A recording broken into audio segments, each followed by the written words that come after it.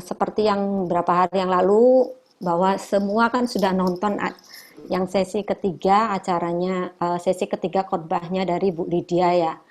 Jadi dari sana kita memang belajar banyak. Saya sendiri sempat dengar beberapa kali gitu ya, tapi saya belajar banyak hal-hal baru yang tiba-tiba itu Tuhan ingatkan ya. Jadi nanti sebelum saya akan impartasi apa yang pengalaman-pengalaman yang saya pelajari juga dari Tuhan gitu ya. Saya mau kasih kesempatan untuk ada beberapa orang yang akan sharing gitu ya. Orang-orang yang eh, sudah berjalan lebih dahulu untuk sesi berjalan dalam sebuah dimensi supranatural ya. Bisa kita mulai aja langsung. Roy, mana Roy? Ayo Roy, kamu sharing dulu Roy. Oke. Halo, shalom semuanya. Selamat malam. Saya Roy dari tim Gedeon, ketuanya Chin Yong ya. Saya mau sharing ya. Deretek wis kan.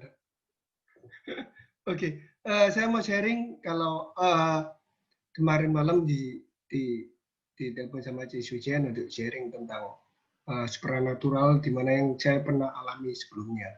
Nah, ceritanya adalah di tahun 2019, yaitu tahun lalu, di mana setiap setiap tahun itu saya selalu naik ke BDI untuk berdoa bersama dengan istri, gitu ya. Saya berdoa itu untuk meminta sebuah visi. Kira-kira apa Tuhan di tahun 2020 ini apa yang harus saya lakukan? Baik di dalam CG saya, di dalam pelayanan saya, maupun di dalam keluarga, maupun pekerjaan. Nah, sampai ketika waktu itu, waktu saya menyembah gitu, tiba-tiba ada sebuah dorongan di dalam hati, yaitu kayak tahun ini saya harus memberi gitu. Saya bingung memberi apa gitu ya. Saya juga mikir-mikir, akhirnya saya cerita ini ke istri saya kalau saya dapat sebuah dorongan dari Tuhan untuk memberi. Nah, di saat itu saya mau belajar untuk taat. Saya bilang ke istri saya, gimana kalau setiap bulan selama tahun 2020 ini kita menyisihkan beberapa uang kita untuk kita kasih ke orang, di mana sesuai dengan tuntunan Roh Kudus. Saya bilang kayak gitu. Sejujurnya saya itu rindu sekali untuk punya karunia penglihatan sama mimpi. Penglihatan sampai hari ini saya belum dapat gitu ya. Pengen sih sebenarnya, pengen bisa ngelihat gitu. Kalau saya dengar cerita orang itu, saya ngelihat yang ini, saya ngelihat yang itu, kadang itu saya juga kepingin. Tapi kadang saya juga takut juga gitu. Jadi ya mungkin sama Tuhan nggak dikasih gitu ya. Nah, singkat cerita, akhirnya saya mulai di bulan pertama itu saya berdoa, saya meminta Tuhan tuntunan Roh Kudus untuk saya beri ke siapa gitu ya. Akhirnya saya menemukan siapa yang saya beri. Nah, di bulan kedua itu saya juga berdoa lagi, saya minta untuk Tuhan tuntun saya untuk beri gitu di bulan kedua itu. Nah, di awal Februari saya ingat sekali kalau nggak salah tanggal 3 atau tanggal 6. Waktu itu ada meeting leader bersama dengan Sujian dan juga beberapa leader yang lainnya. Waktu kita selesai meeting, tiba-tiba Sujian mulai mendoakan saya. Salah satu yang saya ingat yaitu dia bilang bahwa saya akan mendapatkan karunia penglihatan. Jujur waktu pas Sujian bilang kayak gitu, saya kaget. Itu adalah sebuah kerinduan saya yang begitu lama. Berapa lama? Saya nggak tahu. Mungkin sudah 2-3 tahun yang lalu yang saya rindukan. Dan baru dapat yaitu tahun 2020 di saat itu. Nah, singkat cerita, ketika waktu selesai didoakan, saya mulai share ke Sujian, bilang bahwa itu adalah salah satu kerinduan saya. Terus dia juga kaget juga, dia bilang bahwa ini tuntunan dari Roh Kudus. Ya udah, oke, saya imani. Nah, setelah itu saya pun juga masih bergumul gitu. Bergumul kira-kira kerinduan Tuhan di bulan kedua ini saya harus kasih ke siapa gitu ya. Nah, setelah waktu Sujian mendoakan, besok lusanya saya mendapatkan mimpi gitu ya.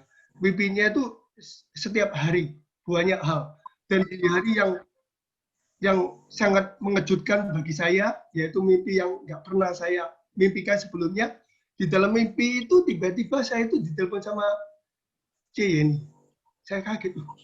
Ditelepon, dia bilang seperti gini, Roy, bantu GMS Pontianak. Dia bilang kayak gitu. Bantu GMS Pontianak. Setelah itu, teleponnya selesai, terus saya langsung bangun. Ini berarti ada sesuatu dong, saya bilang kayak gitu. Terus saya bangun, saya nggak bisa tidur lagi, saya merenungkan, Gemes Pontianak, masa saya disuruh jadi gembala gitu. Akhirnya saya Google, puji Tuhan ternyata ada gembalanya gitu ya. Nah singkat cerita, akhirnya saya cerita ke istri saya. Saya cerita ke istri saya, dia bilang gimana kalau kamu sharing aja ke pemimpinmu, C. Sucian atau C. Aryani atau C. Yeni. Saya bilang, oh ya udah oke, nanti saya tunggu dulu. Nah setelah itu saya pergi ke toko, di toko itu hati saya itu nggak enak gitu, kayak ada sebuah dorongan untuk saya perlu cerita gitu ke pemimpin saya, tapi saya bingung siapa gitu. Saking akhirnya waktu saya pulang, saya lupa ya, kayaknya malam harinya itu saya cerita ke C. Sucian dan saya cerita banyak hal, terus dia tanya ke saya, Roy, kira-kira saya bisa telepon kamu kapan? Terus saya bilang, oh kalau gitu besok aja sih karena sudah malam. Jadi akhirnya besoknya dia telepon banyak hal, dia cerita banyak hal, gimana kamu apa yang harus kamu lakukan, yang pasti kamu harus sadar, kamu harus berdoa lagi, meminta lebih lagi petunjuk, kira-kira benar enggak mimpi ini. Dan di saat itu saya selalu bertanya di dalam hati, saya selalu ngomong, Tuhan, kalau ini memang benar, tunjukkan yang tepat untuk saya bisa mengerti dan orang yang tepat yang harus saya berikan. Gak lama kemudian, kalau nggak salah sekitar 1 atau 2 minggu, kemudian tiba-tiba muncullah sebuah WA group di CG saya, dan di sana ditulis bahwa ada mission night, kalau kalian ingat ya. Saya ingat sekali pada tanggal 28 bulan 2, di mana sebelum itu ada sebuah keterangan kalau memang kalian terbeban untuk memberi secara materi, doa, atau mungkin suatu tempat yang mungkin bisa dibuat CG atau gereja, kalian bisa submit. Ketika waktu saya melihat itu, saya merasa kayak ini ada sebuah dorongan yang Tuhan berikan gitu. Nah setelah itu saya mulai lihat di dalam itu, di dalam tulisannya, saya cari ini Gemes Pontianak itu mana ya, kok nggak ada, adanya cuma Kalimantan waktu itu. Akhirnya saya share ke pemimpin saya, CG, saya tanya, ini kok nggak ada ya Gemes Pontianak. Terus ternyata dia bilang, tinggal kamu klik aja Kalimantan, ternyata itu kamu tulis Gemes Pontianak. Oh ternyata benar. Tak kira maksudnya suaranya itu bukan mimpinya, bukan mimpi dari Tuhan, tapi ternyata benar. Dan setelah itu saya mulai memberi selama 6 bulan. Ya harusnya tiap bulan itu saya langsung tangkap jadi 6 bulan untuk saya beri ke GMS Pontianak. Di sana saya belajar bahwa satu hal yang saya tahu adalah Tuhan itu sangat merindukan setiap orang yang rindu. Ketika kita benar-benar rindu, saya percaya bahwa Tuhan akan memberikan sesuatu yang lebih besar. Ya mungkin dari saya seperti itu aja, C. Saya kembalikan ke C. Sucian. Thank you.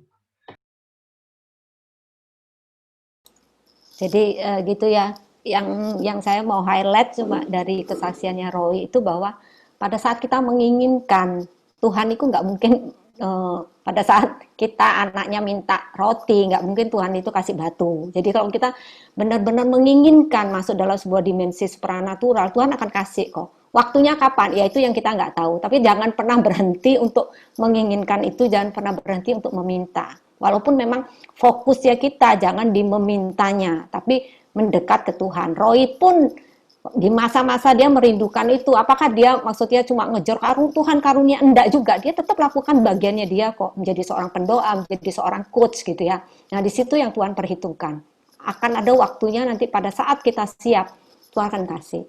Ya next saya mau kasih ini Inge, ayo Ing. Hai C. Halo teman-teman. Kemarin saya juga diminta untuk sharing. Setelah saya pikir-pikir saya mau sharing apa, barusan saya dapat. Saya suatu ketika, jadi di masa-masa pandemi ini ya, suatu ketika itu saya keluarga saya, uncle saya itu dia kena positif, kena COVID. Uncle saya yang tinggal di Mataram.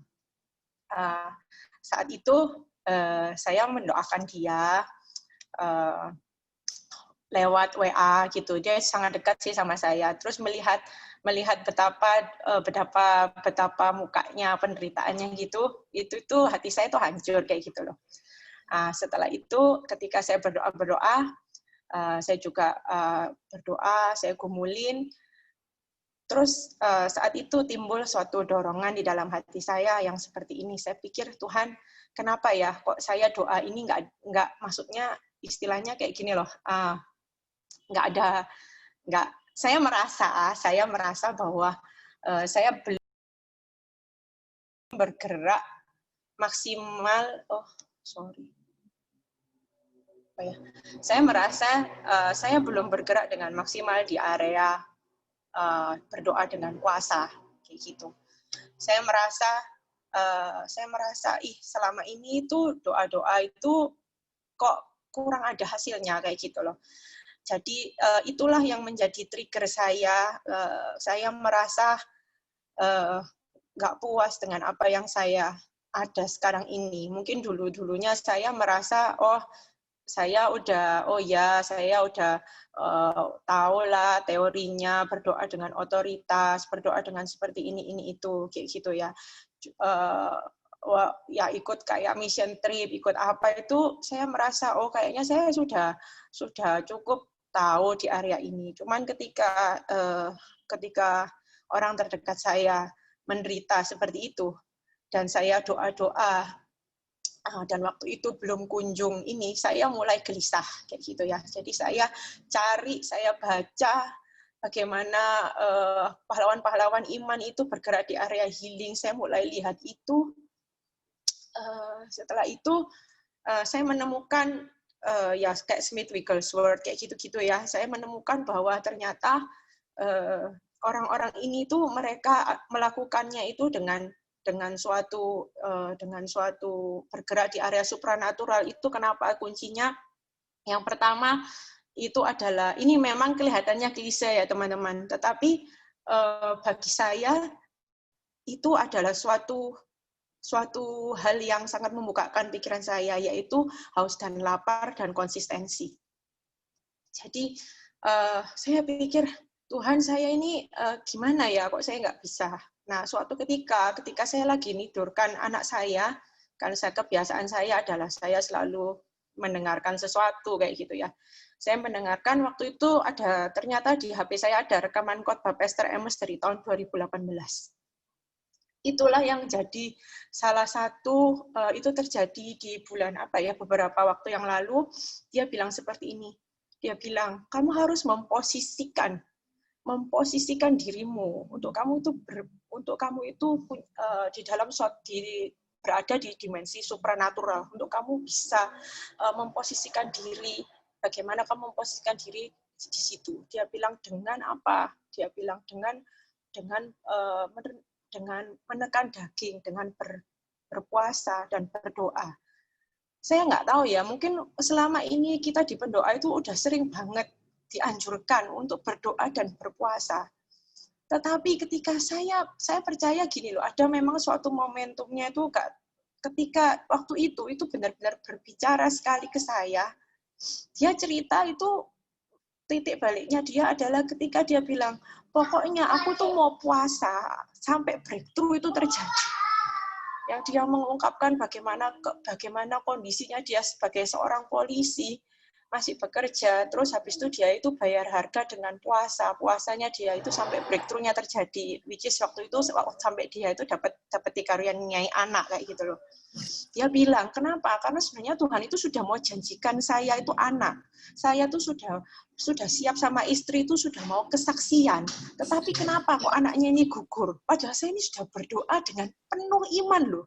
Saya juga merasa kayak gitu teman-teman, di posisi itu saya tuh berdoa buat uncle saya itu sudah dengan penuh iman kayak gitu loh. Tetapi kenapa kok sesuatu itu belum terjadi gitu loh? Kenapa kok sesuatu itu nggak terjadi? Ternyata dia bilang karena kamu itu perlu tahu apa yang terjadi di alam supranatural. Dia bilang kayak gitu. Rohmu itu perlu terbuka sampai kamu benar-benar bisa tahu, bisa mendengar apa yang sebenarnya itu terjadi. Ya, seperti itu sih. Itulah yang akhirnya saya menekati, saya bilang, Tuhan, ya, saya mau gitu loh, saya capek Tuhan di area ini terus. Saya capek, saya nggak tahu, maksudnya banyak hal ya. Saya merasa kalau saya memimpin istilahnya kayak CG atau apa, atau kalau saya nggak dengar langsung dari Tuhan itu saya akan berputar-putar kayak gitu loh. Saya bilang, Tuhan, saya itu aku nggak mau kayak gini-gini terus. Kalau memang ini ada harga yang harus dibayar, ya saya mau. Kalau enggak, saya akan puter-puter terus. Saya nggak tahu, saya doa-doa, tapi ternyata doa saya nggak pas. Atau ternyata apa yang terjadi di alam supranatural itu saya nggak tahu. Sehingga saya tuh kayak seperti berdoa, kayak saya tuh meluncurkan peluru-peluru atau nuklir-nuklir, tapi itu nggak tepat sasaran gitu loh. Saya nggak tahu itu di mana kayak gitu. Bukan berarti bahwa kita nggak berdoa ya. Saya percaya bahwa setiap dari pendoa itu pasti berdoa, tetapi apakah doanya itu tepat sasaran gitu loh? Apakah doanya itu sesuai, terus apakah kita tuh tahu apa yang terjadi di alam supranatural itu? Jadi sejak saat itu saya memutuskan untuk saya mengambil puasa. Saya ngambil puasa dan saya nggak tahu saya puasa itu sampai kapan. Saya nggak tahu, saya pokoknya mau puasa sampai terobosan itu terjadi. Jadi ketika pun kesaksian ini saya ceritakan, sebenarnya saya juga belum selesai kayak gitu ya. Cuman ada beberapa hal yang mau saya sharingkan.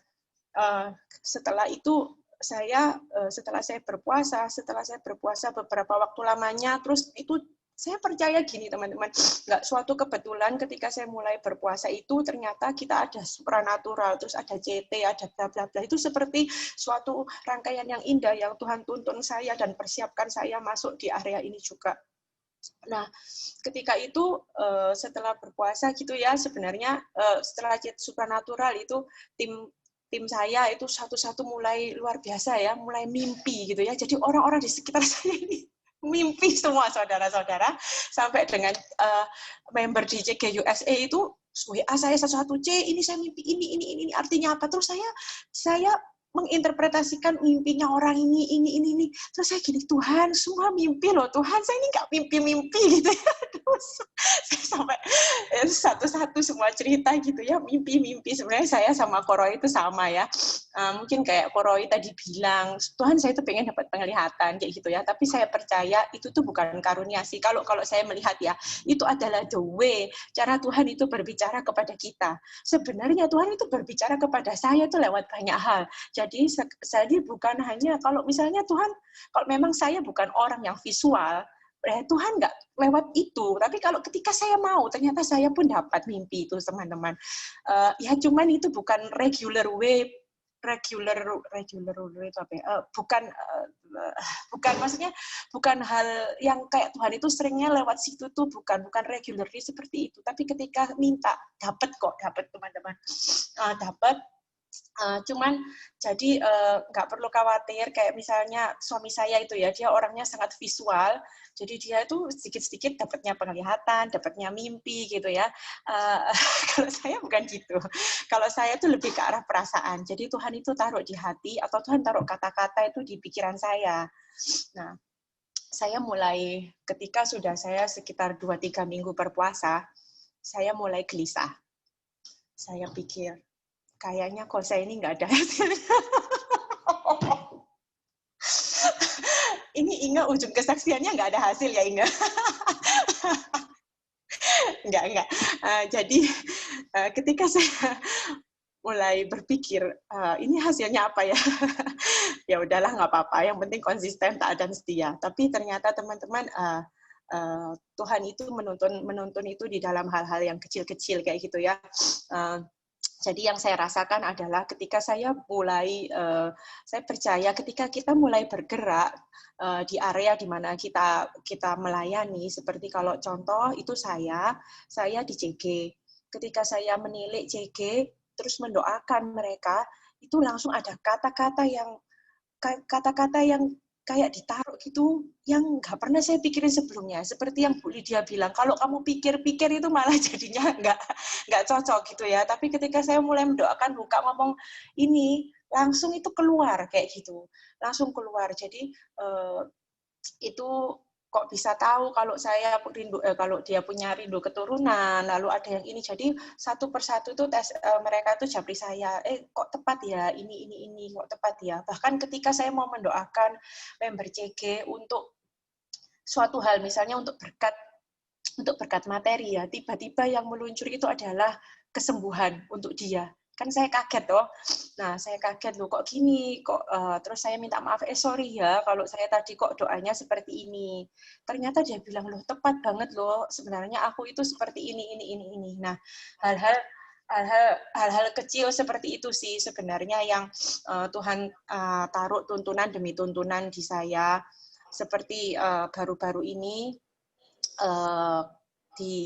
Tuhan taruh di hati saya itu adalah untuk kolaborasi. Kebetulan di menara saya itu ada salah seorang yang dokter kayak gitu ya. Saya percaya ketika ada sesuatu hal, sesuatu ide baru yang nggak pernah saya pikirkan sebelumnya, itu juga suara Tuhan, teman-teman. Jadi Tuhan itu taruh ide itu di pikiran saya. Jadi Tuhan taruh hati untuk berdoa untuk pasien-pasien COVID itu secara langsung, di mana kan ada channel dokter gitu ya, jadi tahu, oh pasien ini, kayak gitu teman-teman. Nah ketika kita jalankan itu di menara kami bagi kelompok-kelompok, ternyata hasilnya itu luar biasa. Kami sangat bersyukur bahwa satu persatu pasien itu sembuh negatif dengan cepatnya. Kita percaya itu kuasa doa. Nah, mungkin banyak sekali kalau mau diceritakan kecil-kecil itu tuntunan Tuhan. Cuman satu highlights yang mau saya sampaikan adalah ketika kita itu haus dan lapar, dan kita berjalan dengan konsistensi, memang kelihatannya mungkin nggak instan gitu ya teman-teman, tapi perlahan-lahan itu Tuhan itu bukakan kok, nggak ada sesuatu itu yang sia-sia kita kerjakan. Mungkin itu dulu dari saya, thank you. Oke, thank you Inge. Jadi saya bisa tarik benang merahnya yang dari kesaksiannya Roy sama Inge bahwa sebuah konsistensi, kemudian sebuah kerinduan, ya disiplin rohani itu tetap harus dikerjakan, nggak bisa enggak gitu ya. Jadi dari yang khotbahnya Bu Lydia itu saya bisa ini ya ringkas ya bahwa 3 hal di mana Tuhan itu berbicara dengan cara apa? Melihat, mendengar, dan merasakan. Itu yang 3 hal yang kemarin Bu Lydia sampaikan ya. Melihat itu bisa berupa apa? Berupa gambaran mental atau penglihatan yang real atau mimpi.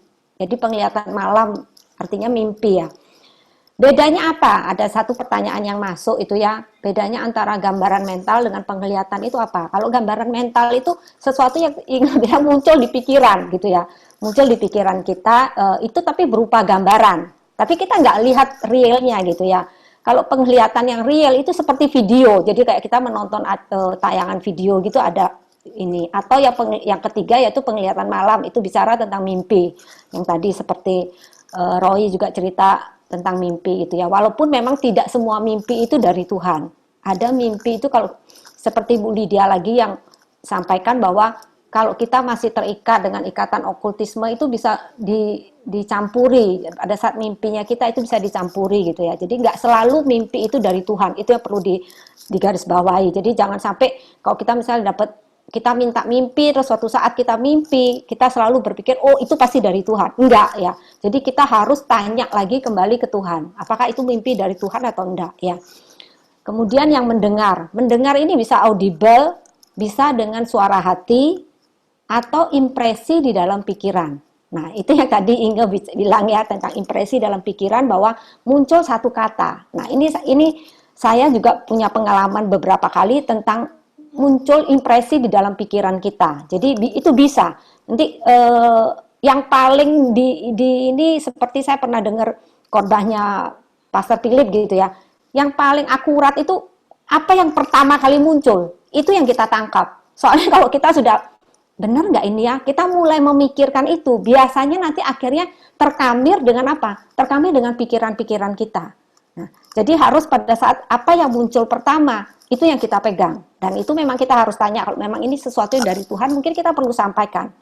Ya, jadi suara hati itu sesuatu yang digerakkan oleh Tuhan. Jadi suara hati ini bukan kita dengar suara gitu ya, kalau itu yang audible ya. Suara hati ini sesuatu yang kalau kita lama bergaul dengan Roh Kudus, kita akan tahu ada satu gerakan ya di dalam hatinya kita untuk kita lakukan sesuatu. Contohnya ini yang saya yang barusan beberapa hari ini gitu ya, di dalam hati saya tuh diingatkan satu orang.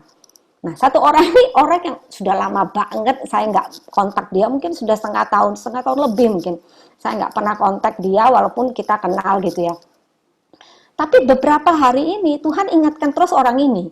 Sampai saya pikir kenapa sih? Supaya saya kan juga agak hektik gitu ya, liburan ngurusan anak gitu ya. Sampai tadi sore baru saya bilang, gimana kabarmu? Saya bilang gitu. Saya kok beberapa hari ini diingatkan tentang Anda gitu ya. Kemudian dia cerita, ternyata memang dia ada masalah. Jadi nanti malam saya janji akan telepon dia. Nah, itu sesuatu yang tiba-tiba digerakkan. Dan di tim ini pun ada beberapa, contohnya Bu Marji. Bu Marji luar biasa banget ya. Dia sendiri juga digerakkan dengan beberapa kesaksian-kesaksian bahwa bagaimana dia digerakkan berdoa untuk seseorang. Jadi biasanya impresi kita, kemudian mungkin penglihatan kita, ya sesuatu yang Tuhan taruh di hati kita, di pikiran kita, itu biasanya nggak lari jauh dari otoritas kita, di mana ruang lingkupnya kita. Jadi kalau misalnya kita pendoa syafaat, biasanya memang Tuhan akan taruh kita memberikan impresi, memberikan mimpi itu yang berkaitan dengan orang-orang yang ada di bawahnya kita. Contohnya Inge kan dia sebagai coach, dia sebagai leader juga. Nanti dia pada saat dia melayani, seperti tadi dia bilang, mungkin sesuatu nggak dia persiapkan, tapi pada saat dia melayani di CG-nya, di CG-CG gitu ya, tiba-tiba akan muncul. Itu bicara tentang otoritas di mana kita menggembalakan. Itu bicara tentang, kalau leader, itu bicara tentang otoritas kita sebagai seorang pemimpin. Nanti Tuhan akan bicara, memberikan mimpi, memberikan arahan gitu ya. Tentang siapa? Tentang orang-orang yang kita gembalakan. Biasanya seperti itu ya. Kemudian yang ketiga, bisa juga dengan cara apa? Merasakan ini bisa sensasi fisik. Fisik itu berarti yang seperti Bu Lida bilang, bisa merasakan sakitnya orang itu gitu ya. Saya sih nggak pernah, jujur saya belum punya pengalaman itu gitu ya. Jadi kalau orang itu sakit apa, pada saat dia doakan, dia bisa kerasa, oh orang ini sakit di bagian ini gitu. Walaupun orang itu belum ngomong gitu ya sakitnya apa. Kemudian yang kedua, bahwa sensasi emosional. Nah ini yang saya sering gitu ya, karena saya pernah minta sih, Tuhan saya nggak apa-apa, saya sebagai seorang pendoa, nggak apa-apa Tuhan kasih saya hati orang itu merasakan apa. Jadi memang kemudian Tuhan kasih saya sebuah, kalau saya bilang Bu, nggak tahu karunia atau apa gitu ya, saya bisa merasakan emosi seseorang. Jadi gini, saya tuh pernah ke rumahnya satu teman gitu ya, pendoa juga. Nah waktu saya ke sana, saya itu nggak kenal harusnya dengan papa mamanya, itu nggak kenal gitu ya, karena saya cuma kenal dengan anaknya. Nah waktu saya ketemu dengan mamahnya waktu mau pulang, saya waktu lihat mamahnya itu, saya tuh pingin nangis gitu ya. Saya nggak tahu, padahal kenal aja enggak gitu ya. Tapi saya tuh pingin nangis. Jadi waktu saya lihat dia pingin nangis gitu, saya diem aja sih. Saya nggak mungkin kan datangi mamanya terus kok saya pingin nangis. Ya harus berhikmat juga gitu ya. Jadi saya nggak ngomong gitu, tapi sampai di rumah, saya mulai WA teman saya bilang, saya kok dapet gini ya, saya tadi waktu lihat mamamu, saya tuh kudu nangis, padahal ya kenal juga enggak gitu ya. Nah tiba-tiba ya, kemudian teman saya ini cerita, ternyata memang mamahnya tuh lagi ada sebuah struggle di keluarganya. Nah seperti itu, jadi sensasi-sensasi gini ini bisa. Jadi Roh Kudus tuh, pribadi yang kreatif sekali gitu ya, untuk membuat kita benar yang tadi mungkin Inge bilang, itu mungkin bukan karunia, tapi the way, cara Tuhan berkomunikasi dengan kita. Dengan apa? Banyak sekali caranya. Jadi jangan kita membatasi Tuhan bahwa aku cuma minta gini, aku cuma minta mimpi. Yang meminta nggak salah, tapi jangan sampai kita fokus, aku pokoknya mimpi tok Tuhan, nggak mau yang lain, ya nggak bisa. Karena itu sukanya Tuhan gitu istilahnya ya, Tuhan mau pakai apa? Yang pasti kita harus available. Karena saya pernah dengar juga Pastor Muro kan ngomong, dia dapat pada saat apa? pada saat ngomong-ngomong di mana? Ngomong-ngomong santai di mobil, tiba-tiba apa? Itu melompat. Ada satu kata yang tim intinya dia salah satu pekerjanya gitu ya, berbicara sesuatu tentang bangsa-bangsa, dan itu tiba-tiba melompat. Nah, begitu sampai rumah pas dia langsung ambil gitar, dia langsung menyembah Tuhan. Dia tanya Tuhan, ini apa? Nah, karena apa? Itu ada satu perkataan yang tiba-tiba itu kelompat di hatinya. Itu makanya kenapa aku bilang kita harus selalu available. Roh Kudus mau berbicara di area yang mana, kita harus siap. Jadi kita nggak bisa membatasi gitu ya. Dari yang saya sampaikan tadi 3, ada yang mau bertanya nggak? Sebelum nanti, memang kemarin ada beberapa pertanyaan yang sudah masuk. Nanti kita akan bahas. Tapi dari yang 3 tadi saya sampaikan, apakah tiba-tiba ada yang, oh ya, Sucian saya nggak ngerti ini, atau C aku nggak ngerti yang ini. Ada nggak? Kalau enggak, saya langsung masuk di tanya jawab itu ya, yang pertanyaan-pertanyaan, saya akan jawab pertanyaan-pertanyaan yang masuk itu ya.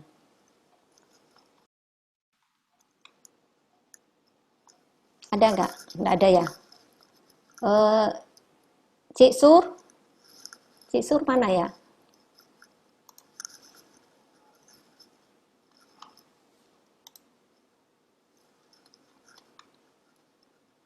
Ada Cik Sur ya?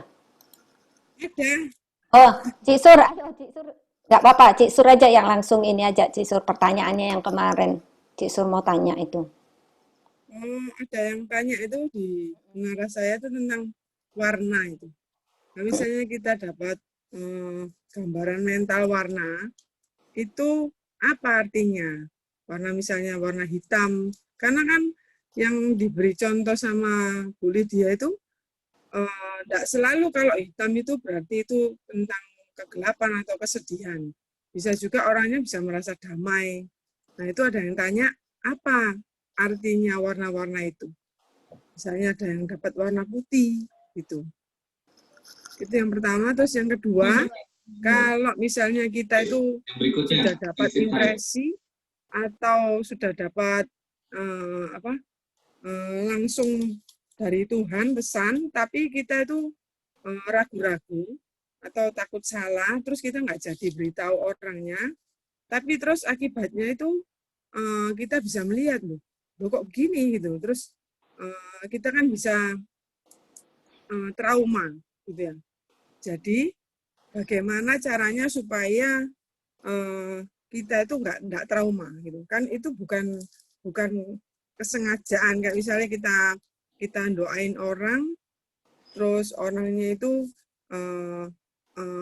misalnya yang waktu kemarin yang ditanyakan tuh orangnya itu misalnya pagi-pagi jam 2 itu kita disuruh nyampaikan ke orang itu gitu misalnya. Terus kita itu kok ragu ya, kok masuk disuruh nyampaikan jam sekian. Tapi ternyata orangnya sungguh-sungguh terus dipanggil Tuhan gitu. Nah, terus kan kita kan merasa, loh kok gitu ya gitu. Aku kok enggak taat gitu. Itu yang kedua. Terus yang ketiga itu pertanyaannya kalau dapat mimpi. Cik Sur, itu 2 dulu ya, tak jawab. Supaya langsung misalnya nyambung, ada yang nggak jelas langsung ini ya. Jadi kalau yang tentang warna-warna itu harusnya ini terbalik nggak bukunya? Enggak ya? Ini nggak terbalik ya. Nah, saya tuh banyak belajar tentang mimpi itu di sini. Buku Bahasa Mimpi punyanya James Gould. Ya. Di sini ini banyak dia menjelaskan tentang mimpi-mimpi. Jadi ini bisa beli nanti di toko buku atau itu ya. Nah, di sini pun dijelaskan tentang warna-warna, Cik Sur. Ya. Jadi memang kalau di sini dibilang hitam itu maut, tentang kematian dan kelaparan. Jadi kan tadi Cik Sur bilang, tapi bisakah itu hitam itu sesuatu yang baik? Kalau menurut hikmatku, ini hikmatku ya. Di sini rasanya ada Ceyeni ya. Saya bentar tak inceng. Ceyeni ya, atau Ceyeni sudah live, mungkin Ceyeni ada CT soalnya. Oh ya sudah live Ceyeni. Jadi kalau menurut saya gitu ya, prefer kita itu tanya Tuhan. Selalu tanya ke sumbernya. Ini bicara tentang apa? Karena kalau kita sudah tanya ke Tuhan, nggak bisa salah. Maunya Tuhan bicara tentang apa? Dan lagi pula satu kata yang James Gould taruh di sini, dia bilang ini, setiap mimpi mimpi kita tentang warna itu dilihat konteksnya.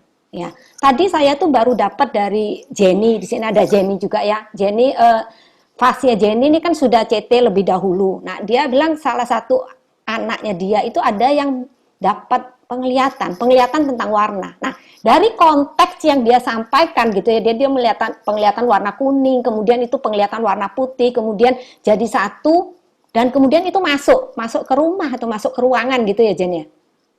Ya. Nah, itu bicara tentang hadirat Tuhan, itu bicara tentang urapan. Nah, itu bisa konteksnya ke sana. Jadi tadi yang aku lihat kalau kuning itu bicara tentang memang kemuliaan Tuhan, kalau putih bicara tentang terang gitu ya. Kalau konteksnya secara ini ya itu bicara tentang hadirat Tuhan, itu bicara tentang kemuliaan Tuhan. Jadi kembali lagi setiap mimpi kita, mimpi warna atau apa, kita lihat konteksnya, Tuhan mau bicara apa di situ. Pasti ada kan gambaran besarnya, maksudnya itu apa. Jadi nggak bisa langsung kita nebak, oh merah ini apa, nggak bisa diartikan seperti itu juga, gitu ya. Gimana Cik Sur? Yang tanya siapa? Anaknya Cik Sur yang tanya, ada sudah jelas atau masih mau bertanya lagi? Ada kok yang tanya ada. Gimana? Siapa yang tanya? Sudah jelas? Tapi saya dengarnya sudah jelas ini ya kalau dari Oke. yang disampaikan. Kalau nggak jelas nanti Cik Sur yang menjelaskan. Jadi yang kedua yang tadi Cik Sur bilang gini ya, kalau kita digerakkan menyampaikan sesuatu, kemudian kita merasa takut, ya jujur iya, kita sebagai manusia, kalau disuruh menyampaikan sesuatu, apalagi kalau kita belum expert gitu ya, belum ahli di bidangnya ya, kita menyampaikan itu jujur, ada perasaan keder, ya keder tuh berarti apa ya? Ya takut gitu ya, kecuali kita mungkin sudah sekelas Amos gitu, Benaya gitu ya, kita nggak akan takut menyampaikan. Tapi kalau kita ini jujur, saya pun kalau dikasih satu apa gitu Tuhan ya, untuk kita menyampaikan jujur kita itu takut. Tapi memang itu artinya apa? Pada saat kita mau belajar untuk taat dan kembali lagi selalu Pastor Philip itu saya ingat banget Pastor Philip selalu ngomong apa? Kembali lagi ke motivasi kita. Selama motivasi kita benar, mau menjadi orang yang menyampaikan message-nya Tuhan tanpa mencuri kemuliaan Tuhan, it's okay, sampaikan itu. Seandainya pun salah, nggak apa-apa. Makanya untuk menghindari sekian persen yang kita manusia itu, kita jangan sampai bilang Tuhan bilang atau Tuhan bicara, itu harus dihindari. Selalu Yeni pun ngajari, mending kita ngomong saya dapat. Kalau saya dapat itu memperhitungkan sekian persen kita ini masih manusia gitu ya, masih belum terbang gitu ya, masih mendarat. Jadi kita bisa salah. Jadi mending prefer kita ngomongnya saya dapat kayak gini. Jadi mungkin salah, mungkin karena kita dapat. Tapi kalau kita sudah bilang Tuhan bicara, waduh, seakan-akan itu sudah 100% gitu ya. Untuk menghindari gitu. Dan kemudian yang Cik Sur itu harus berani sih ya untuk menyampaikan apapun ya, sesuatu yang baik. Kalau baik mungkin gampang ya nyampein ya, oh kamu mau diberkati Tuhan, kamu mau akan dibukakan jalan Tuhan untuk pekerjaan, waduh itu baik, kita pasti nyampaikan.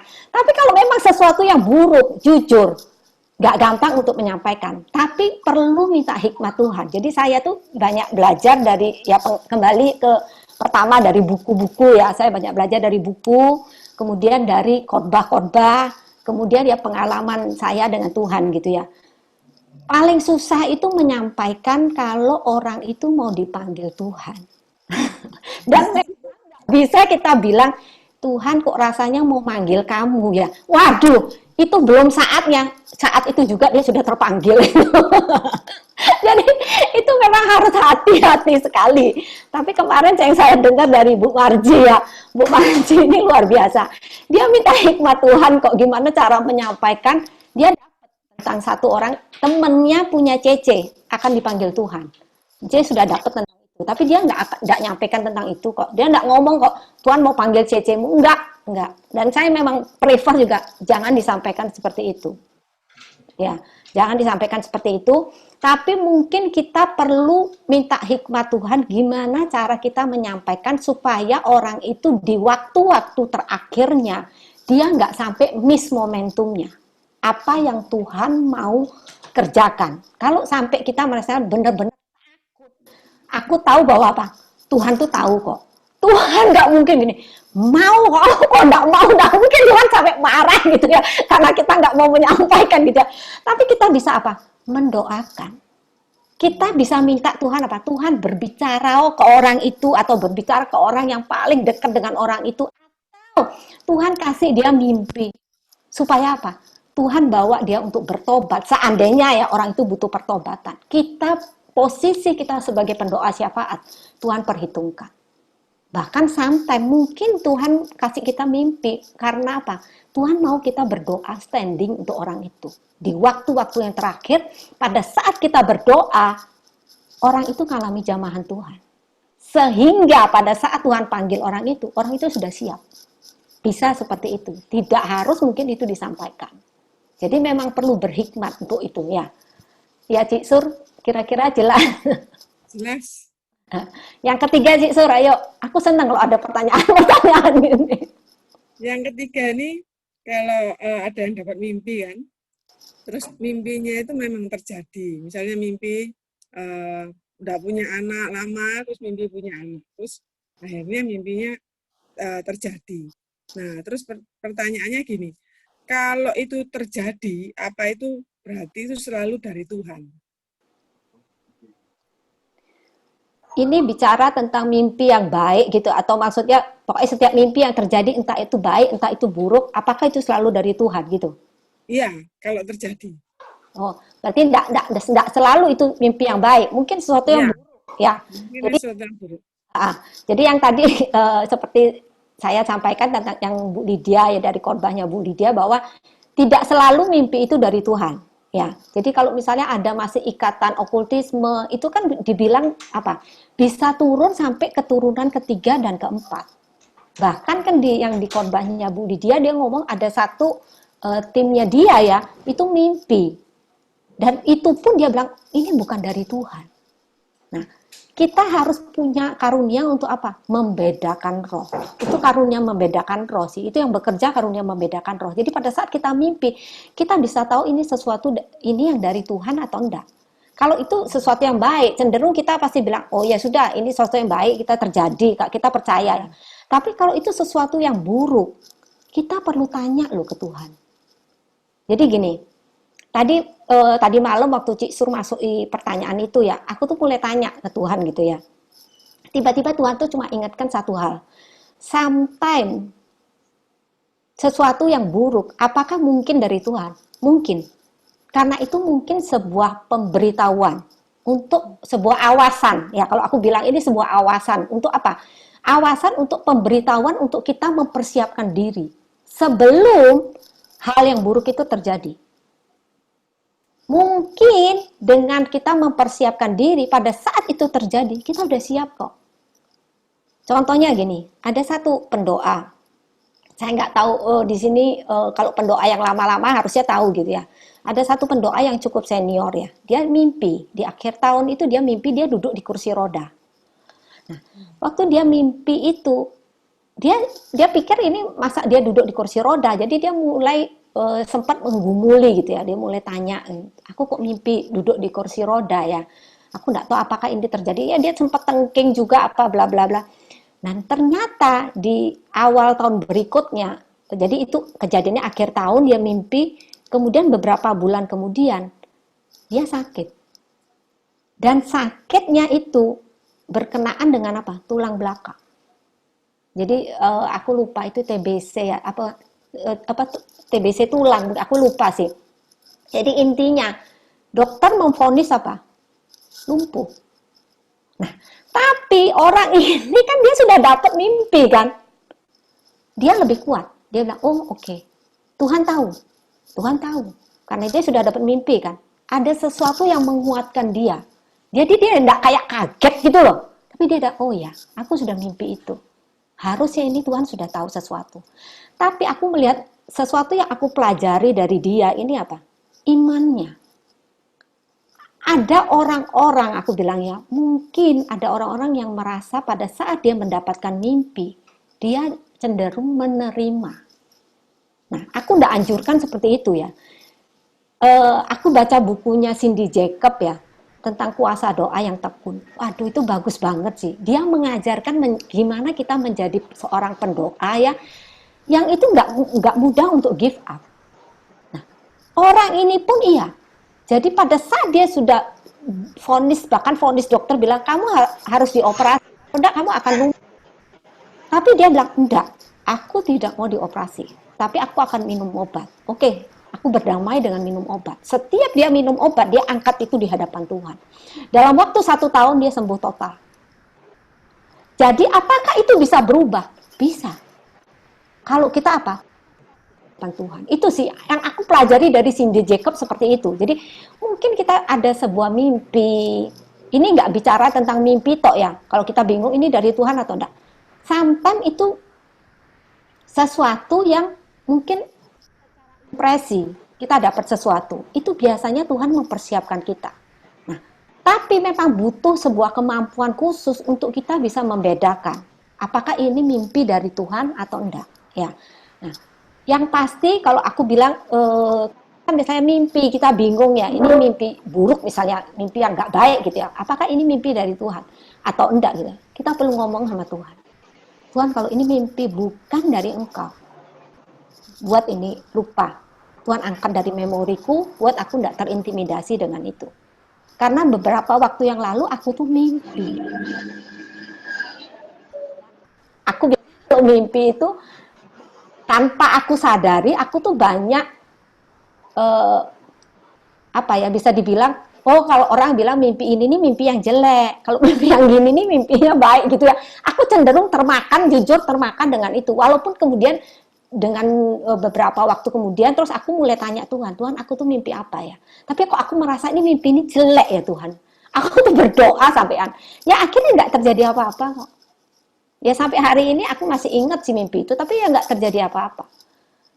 Jadi kita perlu karunia untuk itu, apakah itu dari Tuhan atau enggak. Seandainya pun itu dari Tuhan, aku merasa itu seperti sebuah awasan untuk Tuhan mempersiapkan hatinya kita.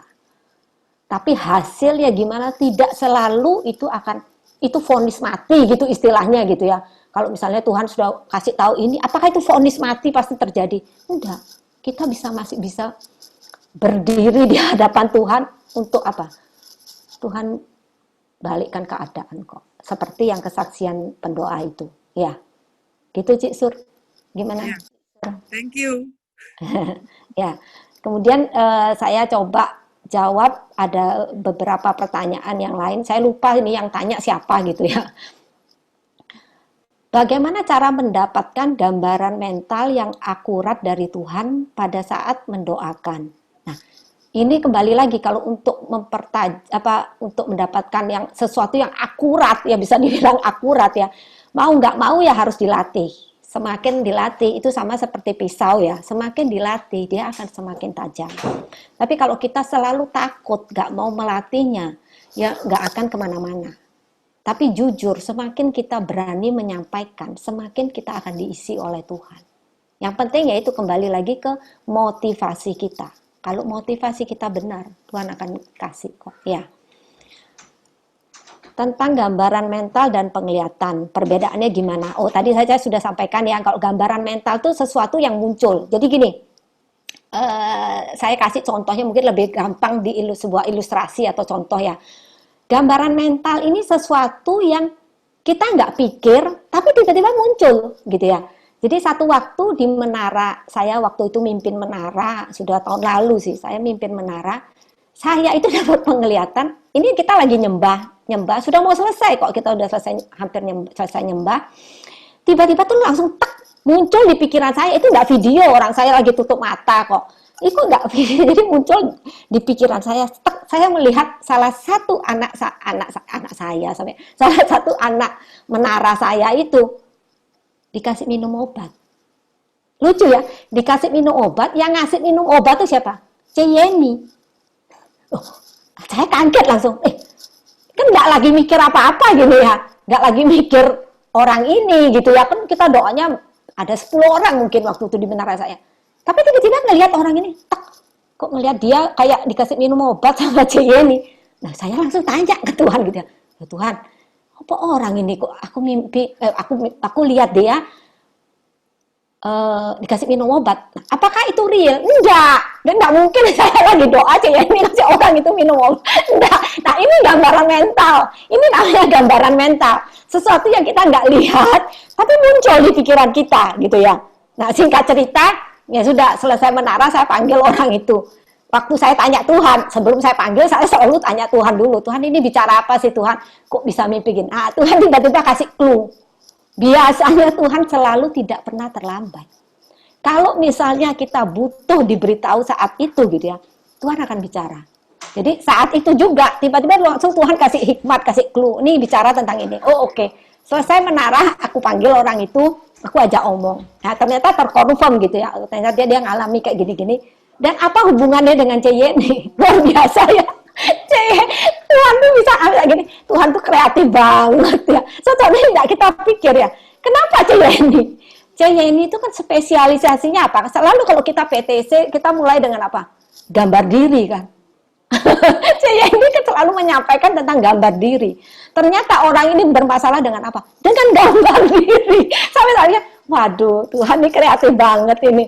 Cara Tuhan bicara tuh, makanya saya bilang, gak bisa kita membatasi Tuhan. Pokoknya Tuhan kasih saya mimpi yang jelas, kata-kata yang gak bisa. Kita perlu apa? Tuhan sampai bicara ya dengan perumpamaan itu. Tujuannya apa? Supaya kita itu cari Tuhan. Benar gak? Pada saat kita gak ngerti, otomatis kita cari siapa? Pasti kita cari Tuhan.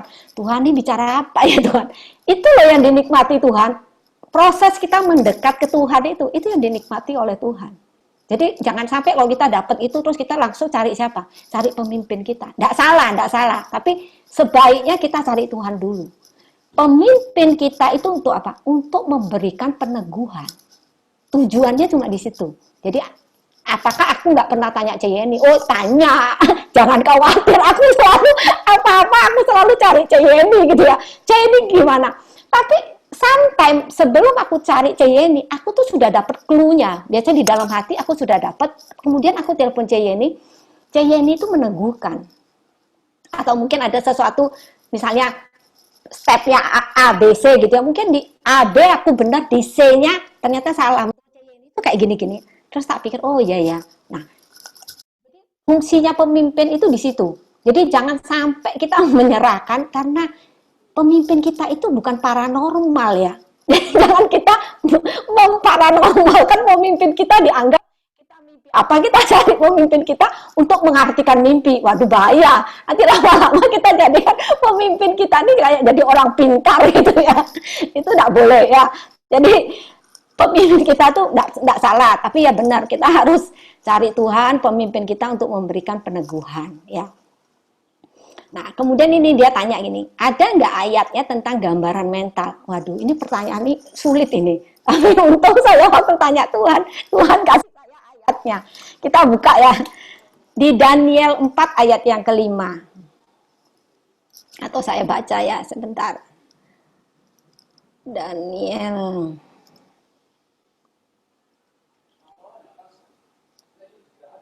Daniel 4 ayat yang kelima.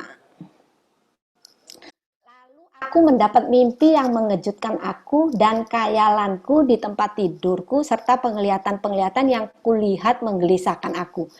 Ini yang bahasa Indonesianya kan kayak gini. Kemudian aku tuh penasaran, aku lihat bahasa Inggrisnya. Bagus dia punya bahasa Inggrisnya bagus. Dia bilang, I saw a dream that frightened me badly. The thing I imagine.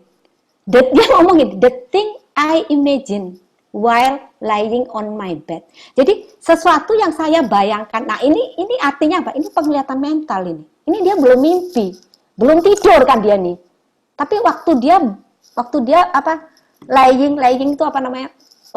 Tidur-tiduran gitu istilahnya ya. Dia lagi tidur-tiduran, tiba-tiba muncul itu. Nah, ini penglihatan mental ini, ya. Jadi yang tanya tentang itu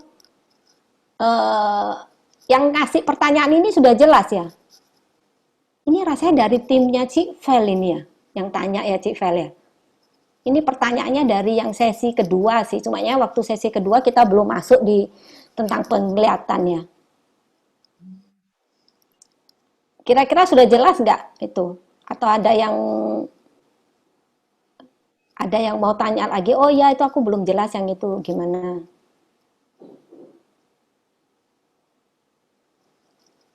Ada yang mau tanya lagi nggak? Ini pertanyaannya sudah selesai.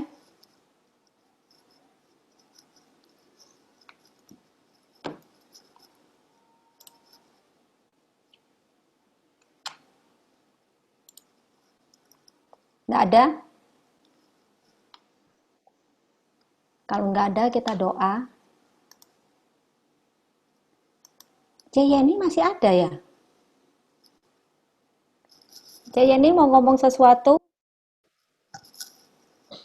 Yeni rasanya CT itu. Oh, itu ada Yeni. Iya, saya Ngomong sesuatu. mendengar dan saya dengar dan menikmati sih. Mau ngomong sesuatu, sebelum doa, Kayaknya udah lengkap sih. Cuma tadi waktu pertanyaan tadi si siapa itu ya? Yesus sempat tanya waktu dia oh ketika dia dapat terus menyampaikan ternyata kayaknya pernyataannya gini, diminta untuk menyampaikan jam 2 gitu ya. Terus ternyata dia nggak nyampaikan. Ternyata kan kejadian ya. Nah, hal seperti itu namanya juga latihan sih. Jadi kita belajar untuk tidak tertuduh sih. Ya. Jadi kita memang terbatas manusia yang nggak sempurna. Kalau sudah seperti itu jangan sampai kita next jadi takut untuk lakukan. Tapi justru itu jadi bahan pembelajaran kita. Jadi kalau memang kita doa, memang dapat nyatakan ya usahakan lakukan. Tapi kalau memang kita saya pun berapa kali itu ngalami sih. Bahkan lebih fatal kalau itu adalah orang-orang dekat kita kan. Kayak karena kalau saya sih lebih kepada satu waktu itu, ini mau cerita enggak ya? Jadi sebuah dilema sih. Jadi udah deh saya nggak cerita aja ya. Nanti itu membuka luka lama. Jadi ada beberapa peristiwa juga yang saya alami memang karena bukan nggak dengar tapi memang kayak apa ya lebih kepada kita ini nggak taat, gampang no gitu-gitulah ya. Jadi itu seringkali seperti itu. Nah kalau doa no orang satu ketika itu kita bisa bukan hanya tentang Tuhan sih, tapi manusia bisa jadi konfirmasi. Saya ingat banget satu ketika itu ada satu pendoa yang neneknya itu lagi di rumah sakit. Nah itu kita lagi doa malam sih. Kita lagi doa malam. Nah saya ini orangnya apa ya, bukan berarti ya kadang-kadang pikir ini udah malam kok ya udah besok aja lah. Jadi waktu bilang ini emaknya sakit apa segala macam gitu. Nah malam itu saya sebenarnya di hati ini ya ada sempat tergerak tapi ada pertentangan. Terus sebelah saya ada Wicien sih. Nah lebih baik kita ini minta konfirmasi. Saya biasanya lebih kepada seperti itu minta peneguhan seperti itu. Ini saya bilang ini apa ya Jen? Ada ini emaknya ini. Oh ya malam ini aja Jen nanti ada apa-apa gitu. Oh ya udah. Maksudnya kalau saya dapat peneguhan berarti kan ada yang nemenin pergi. Saya lebih kepada yang gitu-gitu sih. Sendiri kok kadang-kadang masih mikir gitu loh. Ya udah kamu mau nemenin, ya udah kita ke sana. Jadi selesai doa malam itu kita ke sana. Nah, memang emaknya nggak ditaruh di ICU karena memang usia, lalu dia bilang memang nggak mau, disuruh dokter bolongi di ininya juga, mereka nggak mau. Ya udah kita doakan. Nah, waktu doakan ya udah aku digerakkan pengurapan minyak, pengudusan gitu. Kita pulang ke rumah sih. Kita pulang ke rumah belum sampai rumah ya dia bilang udah dipanggil Tuhan. Nah, coba bayangkan kalau misalnya kita nggak taat gitu ya. Ya tetap, saya nggak tahu lah ya. Cuma kadang-kadang kita butuh sih namanya ketaatan untuk kita melihat bagaimana Tuhan tuh memakai kita gitu loh. Lalu ada satu ketika juga pas ya sama dengan satu tim menara dia minta doa anggotanya. Saya datang hari itu, jadi suami istri itu katanya jarang sudah lama kayak hubungannya rusak gitu kan. Nah hari itu waktu doakan si pasien ini kondisinya memang badannya bengkak segala macam lah gitu banyak hal gitu. Tapi saya doakan dan yang saya terpenting tuh saya membawa dia berdamai dengan Tuhan sih. Dan saya minta mereka pemulihan. Oh, istrinya nggak di tempat. Jadi hari itu kita datang itu jam di mana istrinya lagi kerja. Lalu saya bilang, kamu harus berusaha untuk bisa ini ya, buka hatimu lalu sama istrimu rekonsiliasi lah, minta saling mengampuni apa segala macam. Nah, setelah itu kita selesai. Artinya orang ini sebelum dia dipanggil Tuhan, itu hatinya udah berdamai dengan Tuhan dan dengan istrinya khususnya. Nah, istrinya cerita setelah itu, belum pernah sih suamiku itu minta, lalu mereka gandengan tangan. Artinya terjadi pemulihan dulu ya. Saya lupa, saya ini orangnya lupa, nggak seperti si Ucian, mereka bisa catat ya. Pengalaman itu mungkin ya dihitung ya, memang banyak sih. Nah, saya nggak catat aja, tapi kadang Tuhan ingatkan saya bisa sharing-sharing seperti ini. Artinya memang kadang-kadang Tuhan ini memberikan kita Roh Kudus untuk kita membawa pendamaian, membawa rekonsiliasi, banyak hal lah ya yang kita nggak bisa pungkiri bahwa itu ada di dalam diri kita, DNA di dalam diri pendoa. Jadi lakukan dengan setia dan ketaatan. Kalau kadang-kadang kita memang seperti tadi, sepertinya kita ngalami sebuah miss, ya nggak apa-apa, belajar lagi. Jadi berlatih itu harus terus dilakukan sih. Dan seringkali memang setan itu seringkali memberikan kita tuduhan-tuduhan untuk kita menjadi orang yang seringkali trauma dengan yang kita lakukan. Tapi yang ini kan tidak lakukan. Kalau saya terbalik.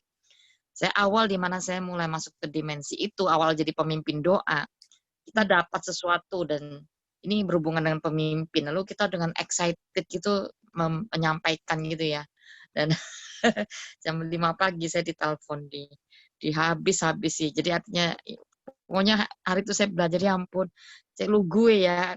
Dan waktu saya cerita sama Pak siapa? Pak Benayanaris, Pak Bena ketawa, dia bilang, kamu ini loh terlalu lugu. Iya Pak, dia bilang gini, gak semua itu perlu disampaikan, ada yang hanya perlu kita doakan. Nah, sejak itu saya ngerti, ternyata memang kadang-kadang ada yang gak bisa diterima ketika itu ngomong tentang orang-orang di atas kita. Kita mungkin perlu hikmat juga untuk menyampaikan, tapi ada waktunya memang kita nggak menyampaikan, hanya mendoakan sih. Jadi saya pernah, itu pertama kali saya dapat profetik, lalu menyampaikan dan kena gitu ya. Dan apakah setelah itu saya berhenti? Ya enggak, justru memotivasi saya untuk terus gak apa-apa. Saya belajar Tuhan gak apa-apa, saya hari ini gagal, saya harus terus maju. Yang terakhir saya mau ngomong gini sih, sebenarnya supernatural itu adalah memang kita diciptakan oleh Tuhan. Itu memang being human, artinya kita melebihi manusia rata-rata, kita ini memang supernatural. Tapi Adam dan Hawa itu supernatural, Bu, sangat kan, ketika dihembuskan nafas hidup. Jadi kita ini serupa dengan Tuhan. Kita ini punya kuasa yang luar biasa seperti yang dimiliki oleh Tuhan, oleh Yesus yang dikatakan kamu naik percaya kamu bisa lakukan lebih daripada apa yang kamu lakukan. Memang benar sih sebenarnya. Tapi sayangnya Adam dan Hawa itu mereka jatuh dalam dosa. Nah, daging itu membuat kita menjadi natural kembali. Jadi sebenarnya itulah yang menjadi kekalahan manusia, itu adalah kedagingan sebenarnya. Itu aja. Jadi kita ini sebenarnya adalah makhluk yang diciptakan supernatural. Ini ya. Sebentar ya, saya kok ini bunyinya di mana ya? Oke. Jadi kita diciptakan dengan sebuah, kita ini adalah makhluk supernatural yang memang diciptakan sebentar ya.